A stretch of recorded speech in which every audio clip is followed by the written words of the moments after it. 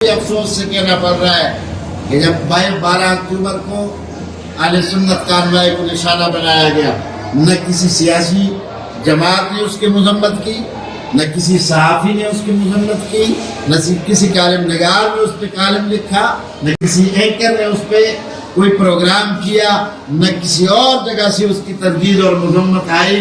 لیکن جب اہل تشیع کے کارروائی کو نشانہ بنایا گیا تو یہ سب بول پڑے۔ ہم پوچھنا چاہتے ہیں تمہارے ہاں یہ دونوں معیار کیوں ہیں؟ ایک قتل کی آپ مزمل کرتے ہیں، دوسری طرف اہل سنت ظلماً شہید ہوتے ہیں، تو آپ کی زبان گم ہو جاتی ہے، آپ کی قلم میں سیاہی خشک ہو جاتی ہے، آپ بولنے سے رہ جاتے ہیں۔ آخر یہ کیوں ہے بھئی؟ اگر ظلمن ہوا ہے جس کو آپ سمجھتے ہیں، پھر آپ کو ہر ظلم کے خلاف بولنا چاہیے۔ ہم ملک بھر کے سیاسی جماعتوں کے اس رویے اور صحافیوں اور اینکر پرسن کے اس رویے کی شدید الفاظ میں ہم مذمت کرتے ہیں۔ ارباب اقتدار، ارباب ریاست کو ہم متوجہ کرنا چاہتے ہیں کہ گلگت بلتستان سے لے کر بلوچستان تک ایک اقلیتی گروہ وہ دھمکیاں لگا رہے ہیں، اور اس کا سرغنہ ناصر عباس ہے، جو سینٹ کی آڑ میں یہ سب کچھ کروا رہا ہے۔ اس کا سرغنہ وہ شہنشاہ نقوی ہے، جس نے کوہاٹ میں آ کر جس نے لوگوں کو مشتعل کیا۔ اس کا سرغنہ وہ لوگ ہیں جو گلگت بلتستان میں کھڑے ہو کر کہتے ہیں کہ ہم ریاست کی اینٹ بجا دیں گے اور ہم اہل سنت کی اینٹ بجا دیں گے۔ میں پوچھنا چاہتا ہوں اقلیت میں ہوتے ہوئے اگر وہ دھمکی دیں گے تو ہم کب تک خاموش رہیں گے؟ ہم بھی یہ فیصلہ کر چکے ہیں، ہم بھی ملک بھر کے علماء کو جمع کرنے جا رہے ہیں، ہم بھی ملک بھر کے مفتیان کو جمع کرنے جا رہے ہیں۔ اگر ہمارے خلاف کوئی اقدام کرے گا تو ہم بھی اس کے خلاف شرعی اقدام کریں گے انشاءاللہ۔ لہذا ارباب اقتدار اور ارباب ریاست کے یہ فرض بنتا ہے کہ وہ ان حالات کو کنٹرول کرے، اور ان حالات میں ملوث افراد کو کیفر کردار تک پہنچائے، وہ ملک میں ہونے والی اس دہشت گردی کو روکے۔ یقیناً یہ آگ پورے ملک میں پھیلے گی۔ اگر گلگت بلتستان میں کھڑے ہو کر کوئی اقلیت میں ہو کر مجھے دھمکی دے گا تو کیا میرا نوجوان مشتعل نہیں ہوگا؟ کراچی میں کھڑے ہو کر وہ دھمکی دے گا تو کیا اہل سنت اور مسلمانوں کا نوجوان مشتعل نہیں ہوگا؟ خیبر پختونخوا میں تو یہ لوگ آٹے میں نمک کے برابر بھی نہیں ہیں، اور یہ اتنی بدمعاشیوں پہ اتر آئے ہیں۔ ہم نہیں چاہتے کہ ملک میں بدامنی ہو، ہم نہیں چاہتے کہ ملک میں قتل و غارت گری ہو۔ ہم پاکستان کو محفوظ، مستحکم اور مضبوط چاہتے ہیں، اور ہم اس منصوبے کو ناکام بنانا چاہتے ہیں کہ جو پاکستان کو غیر مستحکم کرنا چاہتے ہیں۔ لیکن آخر کب تک؟ گستاخیوں کا معاملہ سامنے آتا ہے، وہ مقدسات کی گستاخیاں کرتے ہیں، وہ اصحاب رسول اور آل بیت اطہار کی توہین کرتے ہیں، وہ دینی اور اسلامی مقدسات کو نشانہ بناتے ہیں، جس کی وجہ سے وہاں کے مسلمان مشتعل ہوتے ہیں، اور پھر ایک ٹینشن بنتی ہے، پھر احتجاج ہوتا ہے، پھر معاملہ قتل و غارت گری تک جاتا ہے، اور پھر پورے ریجن میں اور پورا علاقہ اس سے متاثر ہوتا ہے۔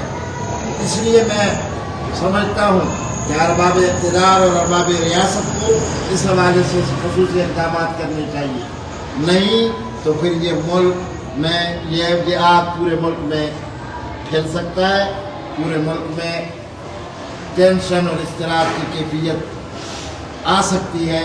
لہذا ارباب اقتدار اور ارباب ریاست کی ذمہ داری ہے کہ وہ ان حالات کو کنٹرول کریں۔ اس حوالے سے ہم حکومت پاکستان سے، اور میں ضمن ایک بات کرنا چاہوں گا کہ جب اتنا بڑا معاملہ ہو رہا ہے اور آگ لگی ہوئی ہے ہماری صوبائی حکومت اور وفاقی حکومت، وہ آپس میں لگے ہوئے ہیں۔ ایک کہتا ہے میں نے ڈی چوک پہنچنا ہے، اور دوسرا کہتا ہے کہ میں نے آپ کو روک کر دکھانا ہے۔ لاشیں گری ہوئی ہے، گاؤں جل چکے ہیں، بغل کا پورا بازار جل چکا ہے، اربوں کا نقصان، مساجد شہید ہو چکی ہے، مقدسات کو نشانہ بنایا گیا ہے۔ چاہیے یہ تھا کہ ہمارا وزیر اعلیٰ وہاں جا کے بیٹھ جاتا، چاہیے یہ تھا کہ وزیر اعظم وہاں کے بیٹھ جاتا، چاہیے یہ تھا کہ مقتدر قوتوں کی سب سے پہلی کوشش یہ ہوتی کہ وہ امن کو بحال کرتے، لیکن یہ آپس میں لگے۔ پوری قوم کو اس پہ نظر رکھنی چاہیے کہ جہاں سینکڑوں لوگ مارے گئے، جہاں پہ آگ لگی ہوئی ہے، اور ہماری حکومتیں اور سیاسی جماعتیں اور وہ آپس میں خود تم اٹھا ہے، ان کو اپنے اس رویوں سے باز آنا چاہیے۔ آپ کسی ایک پارٹی اور جماعت کے لیڈر نہیں ہو، یا کسی ایک پارٹی اور جماعت کی حکومت نہیں ہے، آپ 24 کروڑ عوام کی حکومت ہے۔ اگر یہ یہاں میرے صوبے میں 5 کروڑ عوام کی حکومت ہے، تو گنڈا پور صاحب کو اس حوالے سے اپنی ذمہ داری پوری کرنی پڑے گی۔ اس کے ساتھ ساتھ آج ہم حکومت سے مطالبہ کرتے ہیں کہ کرم میں جو حالات بنے ہوئے اس کے پیچھے زیربیون ہے، فاطمیون ہے، ان کے دہشت گرد ہے، اور ان کے پیچھے کون ہے؟ ایران ہے۔ ایران کا اسلحہ ہے، ایران کا اسلحہ ہے، ایران وہاں مال لگا رہا ہے، لوگوں کو ٹریننگ دے رہا ہے۔ ہمارا پہلا مطالبہ یہ ہے کہ پاڑا چنار شہر میں فوجی آپریشن کیا جائے، اور وہاں جتنا غیر قانونی اسلحہ ہے اسے ضبط کیا جائے۔